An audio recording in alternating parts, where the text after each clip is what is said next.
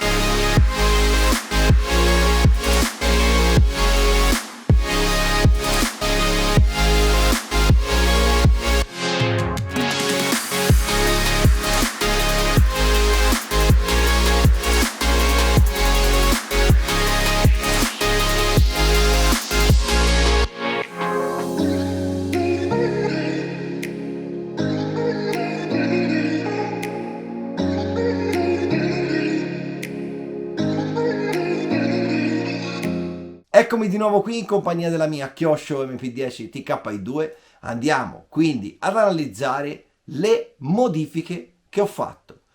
Le modifiche che non menziono sono esattamente identiche a quelle del setup base della MP10 TKI1. Quindi ragazzi vi metterò il link del video che apparirà in questo momento, quindi se volete potete andare a consultare quel video per vedere il rimanente del setup, quindi il rimanente delle cose che non dirò. Dirò anche delle cose che ho usato anche là, però sono quelle che cambiando mi hanno dato risultati maggiormente positivi. Quindi i risultati più positivi li ho avuti con queste modifiche. Partiamo subito dalla prima che ho fatto. Come ho detto avevo difficoltà in accelerazione e ho installato gli spacer più 5 sull'attacco dell'ammortizzatore posteriore alto e quindi come vedete abbiamo i più 5 installati. Chiaramente la macchina è migliorata ma non quanto mi aspettavo e quindi ho proseguito con altre modifiche. La seconda modifica che ho fatto è stata quella di andare a correggere l'olio degli ammortizzatori. La scorsa volta andavo più duro davanti e questa volta invece ho esattamente ribaltato gli oli. Quindi sono andato con 500 sull'anteriore con i piattelli 8 fuori da 1,2 diritti e 550 al posteriore con i piattelli 8 fuori da 1,3 diritti. Questo ha portato un ottimo miglioramento della performance che chiaramente unito ad altri parametri ha fatto sì che la macchina migliorasse molto.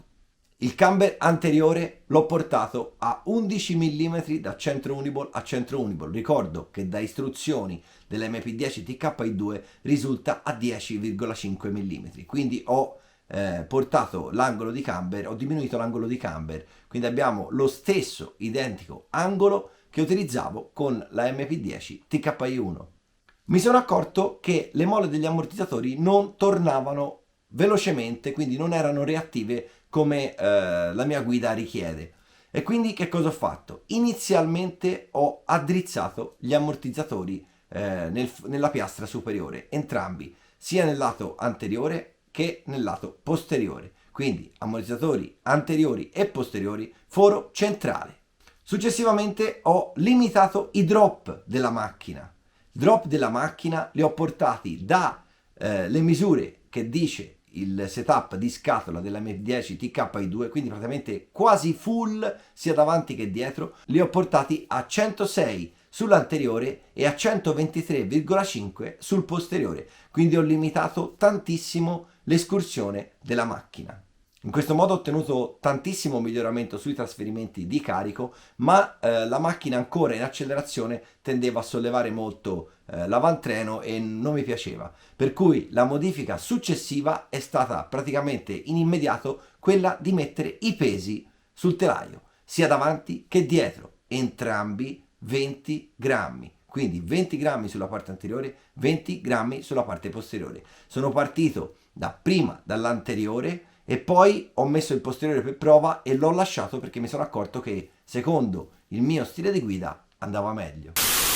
Scusate ragazzi se intervengo così a metà video in modo brusco, a gamba tesa, ma volevo semplicemente chiedervi se per favore mi lasciate un bel like, visto che vi sto cercando di aiutare, e se volete condividere il video o iscrivervi al canale, ragazzi, non vi dico siete moralmente obbligati, ma vi vorrei coercizzare. A seguito di questo ho modificato l'altezza da terra, passando dai 25 mm anteriori, 29 mm posteriori come dichiara il setup di scatola o come comunque ero messo in quel momento, sono passato a 23 mm all'anteriore e a 28 mm al posteriore.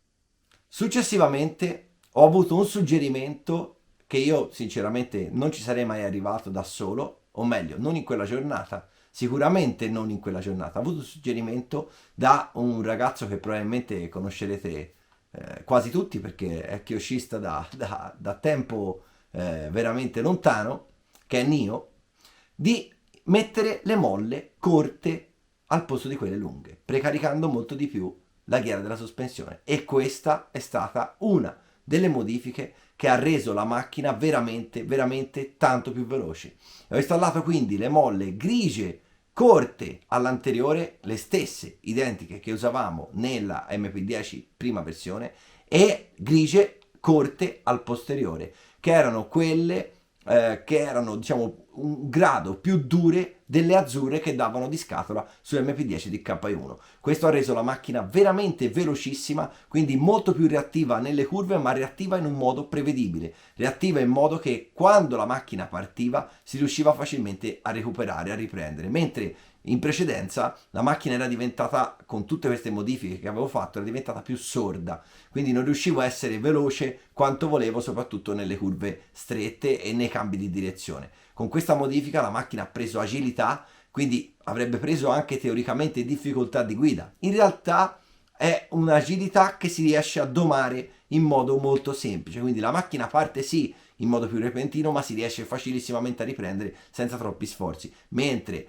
nell'altra situazione avevo chiaramente problemi anche in fase di rilascio repentino del gas, perché la macchina quando partiva era molto difficile da recuperare, e quindi questa è stata veramente una delle modifiche più azzeccate che ho potuto fare. Ho provato soltanto grigio e grigio, ma vorrò provare anche azzurro sul posteriore come andavamo sulla MP10 e vorrò provare anche azzurro.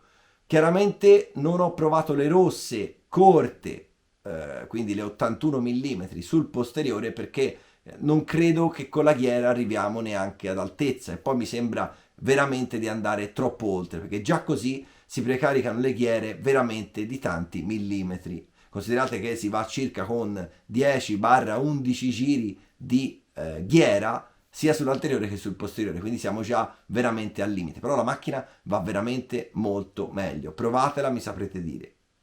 E un altro parametro molto importante che ho fatto in realtà molto prima di tutte queste altre modifiche, che ha reso tantissimo, ve l'ho messe praticamente in ordine inverso, è il settaggio della frizione. L'altra volta io avevo montato il motore pari pari come proveniva dalla mia MP10 TKI1 e quel motore aveva il settaggio frizione che ho utilizzato per i test del campionato nazionale della pista di San Potito Sannitico. Per chi conosce quella pista sa bene che c'è un grip esagerato, un grip allucinante, e quindi chiaramente avevo messo una frizione molto aggressiva. Sono passato dal lato esattamente opposto, quindi sono andato con due ceppi in Ergal azzurri IFW 136 con molle da 0,95 su quei ceppi e con un ceppo in carbonite IFW 52B con una molla da 0,9. E anche questa è stata una modifica assurda che ha reso veramente tanto più semplice l'erogazione del motore, e come avete visto dai video della settimana scorsa, per chi non li ha visti vi faccio apparire anche questo collegamento, la macchina assolutamente fuori di curva non ha perso niente, anzi ha guadagnato, perché si riusciva veramente ad aprire con più tranquillità e a scaricare totalmente tutta la trazione a terra. A questo punto il setup era quasi fatto, la macchina andava già molto bene con queste modifiche, questa è la sgrossatura, e chiaramente sono andato ad affinarla ancora di più con altre due modifiche che sinceramente a mio modo di vedere mi hanno portato anch'esse tanto vantaggio. Chiaramente quando si è vicini al setup più ottimale, ogni modifica dà dei piccoli miglioramenti, non si migliora di mezzo secondo, non si migliora di 4 decimi, si migliora di piccole cose e soprattutto si cerca il comfort di guida, quindi guidare senza pensieri e in modo più tranquillo. E sono state in primis il caster portato da 17,5 a 18,5, che è poi quello che dice il setup base dell'MP10 TKI2, quindi anche di scatola lo fa mettere a 18,5, ma io l'avevo portato la volta precedente a 17,5. E l'ultima modifica che ho fatto è stata quella di mettere la convergenza anteriore praticamente a zero, quindi ruote diritte, e ho portato quindi la lunghezza del tirante dello sterzo a 31,6 mm. Quindi se volete avete anche questo parametro per riuscire a replicare esattamente la convergenza. Ricordo che a differenza del manuale ho portato avanti di un foro l'attacco sulla piastra di Ackermann, quindi ragazzi, se volete rifare questa misura siete obbligati ad avere il mio stesso punto di ancoraggio sulla piastrina dell'Ackermann. Quindi ragazzi, che dire, le modifiche che ho fatto sono finite. Questa volta il video è stato più corto del solito, sempre lungo ma più corto del solito. Spero che abbiate occasione di provarle da qualche parte e vorrei per favore ricevere i vostri feedback. Quindi fatemi sapere cosa ne pensate, fatemi sapere con quali vi siete trovati bene e con quali invece non vi siete trovati bene, e fatemi sapere anche se come tanti altri vi trovate bene anche col setup di scatola della macchina. Quindi ragazzi, ci vediamo mercoledì prossimo al prossimo video e un saluto. Ciao!